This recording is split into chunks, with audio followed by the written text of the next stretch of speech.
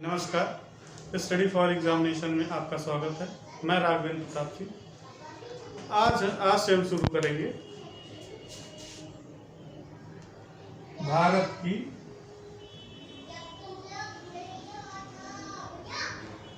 राज्य व्यवस्था। भारत की राज्य व्यवस्था के बारे में जानने से पहले हम दो बातों पर चर्चा करेंगे। पहला है किसी देश की राज्य व्यवस्था से हमारा क्या तात्पर्य है, और दूसरे जो जिस पर चर्चा करेंगे वो ये है कि संविधान के बारे में संक्षेप में जानने का प्रयास करेंगे। जो भारत का संविधान है उसके बारे में हम संक्षेप में जानने का प्रयास करेंगे। अगर हम राज्य व्यवस्था की बात करें तो राज्य व्यवस्था दो शब्दों से मिलकर बना हुआ है। पहला है राज, जिसका अर्थ है शासन करना, और दूसरा है व्यवस्था। अगर हम भारत की बात करें तो भारत यहाँ किसी एक पर्टिकुलर देश को संबोधित कर रहा है, तो हम इसे क्या कर सकते हैं, किसी देश को सुचारू रूप से चलाने या उस पर शासन करने के लिए किसी एक पर्टिकुलर व्यवस्था की जरूरत पड़ती है, जिसे हम उस देश की राज्य व्यवस्था कहते हैं। इतना समझ में आ गया। चलिए अब आते हैं अपने दूसरे पॉइंट पर।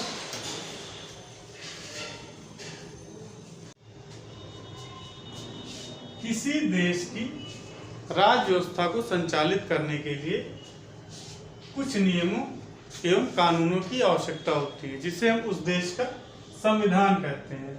क्योंकि भारत का संविधान एक लिखित संविधान है, अतः यहाँ इसके नियमों एवं कानूनों को एक पुस्तक में संकलित करके लिखा गया है, जिसे हम क्या कहते हैं, भारत का संविधान। क्योंकि भारत का संविधान एक पुस्तक है,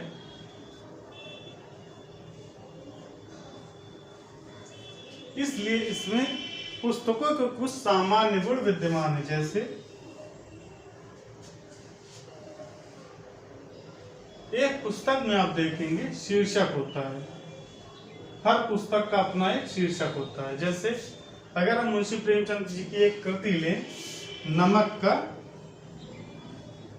दरोगा, तो शीर्षक हमें ये बताता है कि जो पूरी पुस्तक लिखी गई है वो किसको पॉइंट करके लिखी गई है, या किस पर्टिकुलर टॉपिक के या किस पर्टिकुलर पर्सन के इर्द गिर्द घूमेगी। अब देखिए, जो हमारा भारत का संविधान है, नियमों की जो पुस्तक है उसका शीर्षक क्या है, भारत का संविधान। इसको देखते ही पता चलता है कि ये जो पुस्तक है वो भारत की राज्य व्यवस्था को संचालित करने के लिए इसमें नियमों को संकलित किया गया है। ठीक, अब थोड़ा आगे बढ़ते हैं किसी पुस्तक में, तो उसमें क्या आता है, दूसरी चीज क्या आती है, प्राकथन, जिसे हम क्या कहते हैं, प्रीफेस कह देते हैं। उसी तरह हमारे संविधान में क्या है, प्रस्तावना, जिसे हम क्या कहते हैं इंग्लिश में, प्रीएम्बल। प्राकथन या प्रस्तावना क्या होती है, प्राकथन क्या होता है, जो पुस्तक लिखी जाती है, प्राकथन हमें बताता है कि पूरी पुस्तक किस पर्पस से लिखी गई है। यानी जो 500-600 पेज की पुस्तक होती है, प्राकथन क्या करता है, 1 या 1.5 पेज में आपको ये बता देता है कि जो पूरी पुस्तक लिखी गई है किस पर्पस से लिखी गई है। उसी तरह प्रस्तावना पढ़ने पर भी हमें पता चल जाता है कि जो संपूर्ण संविधान लिखा गया है वो किस पर्पस से लिखा गया है, या किन किन बातों को केंद्र बिंदु में रखकर लिखा गया है। ठीक है, उसके बाद आता है पाठ। जब हम किसी पुस्तक में आगे बढ़ते हैं तो क्या आता है, पाठ।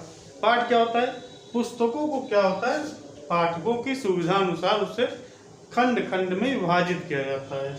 उससे हम अक्सर क्या कह देते हैं, पाठ। जैसे होता है ना कि 6 क्लास का बच्चा कहता है कि मेरे जियोग्राफी की बुक में 7 लेसन्स हैं, 8 लेसन्स हैं, या 4 पार्ट हैं, या 5 पार्ट हैं।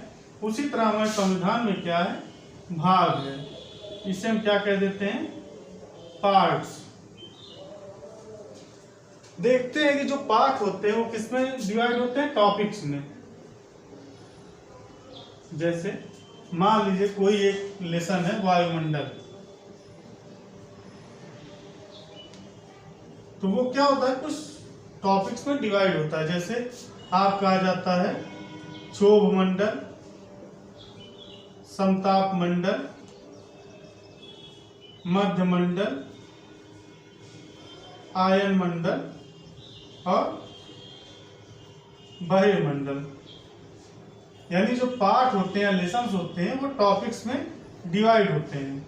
उसी तरह जो हमारा भाग है वो भी डिवाइड है। किसमें डिवाइड है? ये अनुच्छेदों में।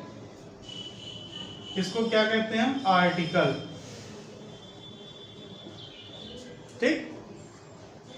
उसके बाद क्या होता है, किसी पुस्तक में आप अक्सर देखेंगे परिशिष्टियां दी हुई होती हैं।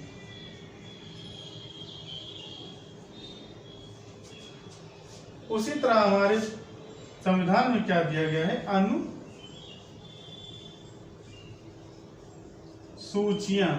जिसे हम क्या कहते हैं? शेड्यूल कह देते हैं। चलिए एक बार थोड़ा फिर से इसको समझ लेते हैं। यहाँ पर भारत क्या कर रहा है? एक देश को संबोधित कर रहा है।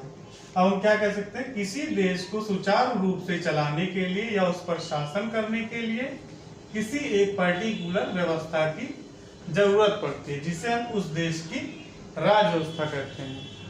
किसी देश की राज व्यवस्था को संचालित करने के लिए नियमों या कुछ कानूनों की आवश्यकता होती है, जिससे हम उस देश का संविधान कहते हैं। उसी तरह भारत का भी एक संविधान है जो कि लिखित रूप में विद्यमान है। भारत के संविधान को हम मुख्यतः 3 भागों में बांट सकते हैं। क्या है? पहला है प्रस्तावना, दूसरा है आपका भाग जो कि अनुच्छेदों में डिवाइड है, तीसरा है आपका अनुसूचियां। चलिए यहां तक आपका हो गया। भारत की राज्य व्यवस्था को हम अपनी सुविधानुसार अध्ययन करने के लिए 3 भागों में विभक्त करके पढ़ सकते हैं। पहला है ऐतिहासिक पृष्ठभूमि, दूसरा है आपका संविधान सभा,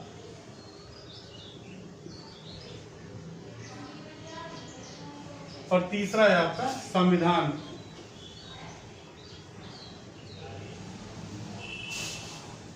ऐतिहासिक पृष्ठभूमि और संविधान सभा, अगर हम इसको मॉडर्न हिस्ट्री के साथ पढ़ेंगे तो ये हमें ज़्यादा अच्छे से समझ में आ जाएगा। इसलिए हम कल से सीधे संविधान पर चर्चा करेंगे। इन दोनों पर चर्चा हम आपकी मॉडर्न हिस्ट्री की क्लास में मॉडर्न हिस्ट्री के साथ करेंगे, जिससे आपको ये ज़्यादा अच्छे से और सरलतम तरीके से समझ में आ सके। चलिए संविधान में कल हम चर्चा करेंगे प्रस्तावना पर। क्योंकि हमारा ये 1 से 2 दिन का टॉपिक है, इसलिए पहले हम प्रस्तावना खत्म कर देंगे। उसके बाद हम चर्चा करेंगे अनुसूचियों पर, क्योंकि ये भी हमारा 1 से 2 दिन का ही टॉपिक है, तो इसको भी हम पढ़ा के खत्म कर देंगे। फिर हम शुरू करेंगे भाग और अनुच्छेदों पर चर्चा करेंगे। पूरी वीडियो देखने के लिए बहुत बहुत धन्यवाद। Thank you. अब हम आपसे मिलते हैं अपनी अगली वीडियो में।